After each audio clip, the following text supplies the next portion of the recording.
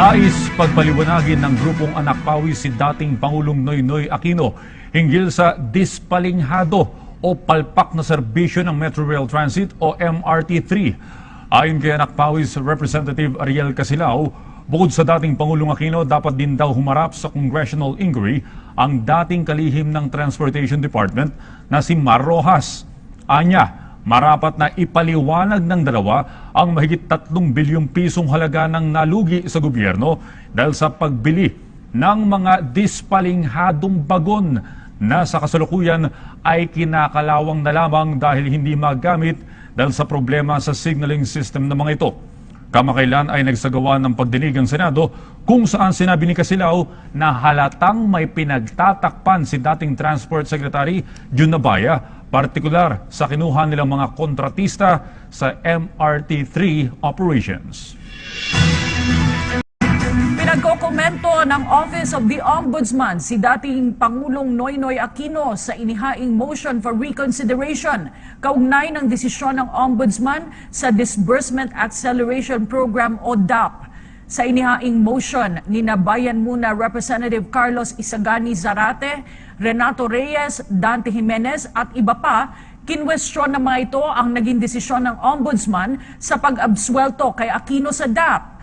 Sa desisyon na inilabas ng Ombudsman nitong Marso, nakitaan ng sapat na basehan para sampahan ng usurpation of legislative power si dating Budget Secretary Florencio Abad, habang ibinasura naman ang criminal at administrative charges laban kay Aquino at dating Budget Undersecretary Mario Relampagos. Binigyan ng 15 araw si Aquino para magkomento sa inihaing motion for reconsideration ng mga complainant. Sinampa ng kasong o reklamong graft at plunder si dating Pangulong Benigno Aquino sa Ombudsman dahil sa manoy shipment ng 3,500 metric tons ng gito na dineposito sa Bank of Thailand na nagkakalaga ng 141 billion US dollars. Ang reklamong inihain ay base mano sa circular ng Bangko Sentral ng Pilipinas na una nang naipost sa social media. Sa payag ng mga complainant, kailangan mabawit may balik sa BSP ang mga ginto. Kasama sa reklamo si Senadora Laila de Lima, dating DILG Secretary Mar Rojas, BSP Governor Amando Titanco Jr., dating Finance Secretary Cesar Purisima, Treasury Department Chief Dealer Lorelai Fernandez at Senador Franklin Brilon. Sila mano ang nag-aproba sa certification ng shipping ng mga ginto noong 2014. Tungkulin ko sa aking mga kababayan na ipaalam sa kanila ang katotohanan bago sila bumoto ng Pangulo ng ating bayan. Kaya ko ito pinamahagi sa inyo dahil gusto kong lumabas ang katotohanan. Kung pipigilan ng media, ito ang paraan. Hindi nila, ayaw nilang palabasin. At siyempre dahil kandidato nila totoo yung mga balitang na baka may problema si Noynoy. Isang kaibigan na doktor. Ang sinabihan ni Ninoy kung pwedeng tignan ng anak niya dahil walang ka-drive-drive. Ang doktor ay si Steve Aguilar. Isa siyang psychiatrist sa Newton Wellesley Hospital. Yung tungkol dun sa habang sa Ateneo, nagugulat sila dahil halimbawa mayroon silang nakikikain siya kasama ni Bruda, isang taga Ateneo din. Kumakain sila at biglang galit. Yun hindi lang akong nabalitaan, nilabas yun ni Bel Conanan sa kanyang kolom. At maraming gobernador ang nandun. Kumakain siya ng halo-halo, binugan niya yung halo-halo sa mukha ng kanyang kaibigan. Imbes na humingi ng pangamanhin, ay nagtatawa. Sinabi niya na mga katulong kasamang bahay ni Noynoy na ang kanyang iniinom regular ay yung Serakel at Abilify. Nangyari nga ba ito o hindi? Kung nangyari, pakita lang yung medical history. O kung hindi naman, ay mag-subject siya sa psychiatric test. Isang requirement, miski na para sa isang sundalo o sa isang judge, ano pa yung magiging pangulo ng 92 million Pilipino. Hindi ako anti-Cory. Asawa ko, ako, ay both directors ng Ninoy Aquino Movement International. The most difficult job in the country is to be President of the Philippines. Kaya, kailangan meron siyang kakayanan. Inutusan na kami ng isang subject namin in experimental psychology to pick one student in the campus to be your subject without administering any psychological test. Basta, obserbahan nyo lang ang kanyang mga behavior kung ano masasabi mo sa kanya. Nagkataon ko na yung isang batch na isang grupo namin, ang dumaan si Jackie Lo Blanco. She passed by because she's also my schoolmate. Nagustuhan nila ang ikon kasi hanggang ng medyas polka dots, hanggang tuhod. Tapos ang ikli ng skirt niya at ang puti-puti talaga niya, flawless. Tinignan, yun ang ginawang subject. Kami namang 5 magkakaklase, mga loko-loko kami. Nakita ko, sino yung pag naglakad parang yung sa Planet of the Apes. You know that when you walk this way, tall guy, big bag, like a books. Ganyan, tapos yung salamin niya, he keeps on pushing his eyeglasses kasi bumabagsak ko eyeglasses niya eh. Ganyan siya maglakad. At saka kung minsan hindi siya tumitingin sa tao, sa baba siya nakatingin, naglalakad. Namin, yun ang maganda. Namin, yung manifestation na kagad tayo. So na, another experience of mine na napang ko sa kanya.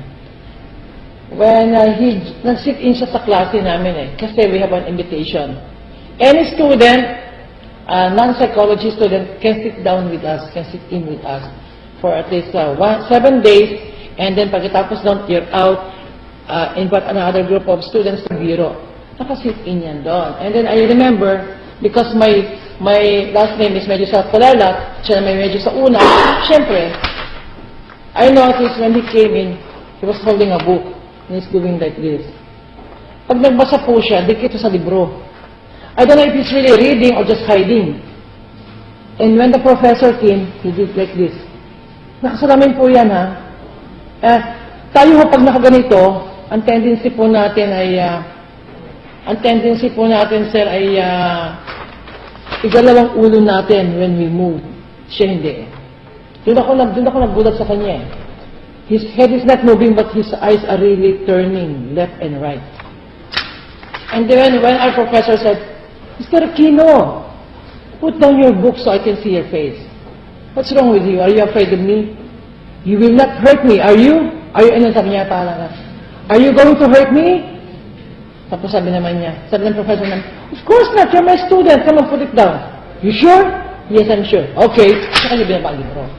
Doon pala napansin na namin, ba't kami di naman kami nagganunan, ano? So sabi namin, but something's wrong. Okay lang, hinayaan lang muna namin siya. Para lang maobserbahan namin siya.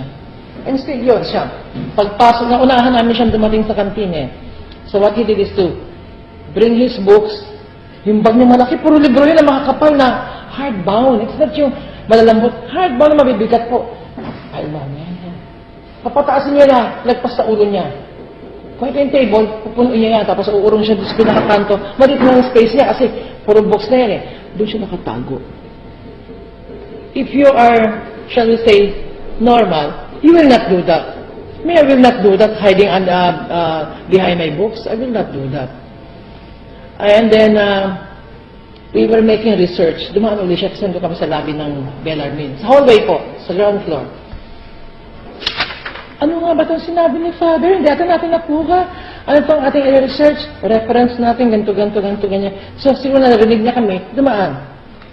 Index number 157, reference number ganito, author ganito, page ganyan. Ano sabi ng baliw? That was kami balaliw kami. Ano sabi ng baliw? Sino while reading that write-up the other day, last Monday, I saw the word Cooper. Isip ako, Cooper, tapos sabi doon na nag-catechism sila sa Cooper. Nag-practicum ako doon That is Cupertino, the School for the Special Children. It's along Mangyan Road of La Vista. Yeah, I know, because my friend is residing in Loyola. So, dadaan din ako doon. And pumupunta ako doon from Ateneo, doon ako nag-practicum ng practically 3 months before I transferred to mental hospital to complete my practicum. Cupertino is a school for special children. Ang mga nandoon po shall we say, although we are not allowed to use the word ng mga kaya tawag namin special children, because we don't want to offend them na sabihin, Mongoloid kid. Hindi rin namin sinadres na Mongoloid autistic kid. Yung gano'n yun ang namin pag sinasabi namin mga special children, kasi ayaw namin direct na masabi, Moonchild kid, Mongoloid ka, pare-pare ka ng mukha, pare-pare ka mga Mongoloid Hindi namin ginaganon. Kaya tawag namin mga special. Ngayon, pag doon ho kayo nag-aaral, ibig sabihin special ho kayo. Wala akong kaibahan sa kanila. You can be branded autistic, Mongoloid, or Down syndrome, or Moonchild, or shall we say, mga manic depressive na yan, at saka ho yung mga batang hyperactive, hindi normal yan Yung hindi nyo mapaupo, kahit anong sabihin nyo, kayo na takbo ng takbo, may condemn ho yun. Meron din sila, kaya sabi ko nga, bakit naman naging Cooper? Pero I think it's true. Kung na-branch siya ng Cooper. Nagkaroon na ng oral arguments noon nung araw na yun. Umagang-maga po yun, I think it was 9 o'clock class namin. Kami waiting pa lang sa lado sa baba. Na nagkakaroon ng oral argument sa klase. Ang may lamesa lang po sa kwarto ay ang teacher. Lahat po kami yung chair with arm lang ho kami. Ganun man naman sila na. Since ang kanyang apelido ay A, he's in front. Nasa front row yan Nagkaroon na ata ng oral argument. Ang ginawa po nitong, siguro just to avoid and to escape from the argument, may mannerism po siya, sir. Alam niyo po yung lalaki na, how do you call that, yung paaho, yung tuhod ay galaw ng galaw, tapos ang kamay ay gano'n ng gano'n. Yan ang mannerism niya. Pag po siya ganyan, he's gonna blow his top. Sigurado ho yan, mag-create ho siya ng medyo scene. So, nung nagkaroon na ng oral arguments, ang kwento sa nila doon, medyo naiipit na siya ng kanyang kaklase sa argumento. Umupo siya sa sila niya, gano'n siya ng gano'n. Then all of a sudden, he pulled all his books and nagpasok siya sa ilalim mo ng lamesa ng kanyang teacher, doon mo siya naupo. And he started doing like this. Yung kamay niya, yung talagang, I don't know kung meron pa siyang ganun, basta pag gumalaw na ho ang kanyang mga tuhod na parang, hindi ko alam kung mamanhid o natitense, basta pag gumalaw na ho ang tuhod niya, nasabay na ho ang kamay niya, may magandang eksena ng kasunod yun. And then when I started reading the write-up, I told my seatmate, my friend, hey, these are all true. I know these are true. And then I started narrating naman my version of my actual experience with him in school. I'm taking my AB Psychology in Ateneo. First batch ako ng co-ed doon And he's been a schoolmate. So, ako naman, I don't have anything against Noy or whatever. Ang akin lang naman is to share what I know. Because when I saw the write-up of Tomcat, whoever he is, it's true. What he said there, I agree. That's why I touched my friend. Hey, look, these are true. Totoo to. Then he asked him, paano naman? Hey, he was my schoolmate. I also have some experience with him during my days in college.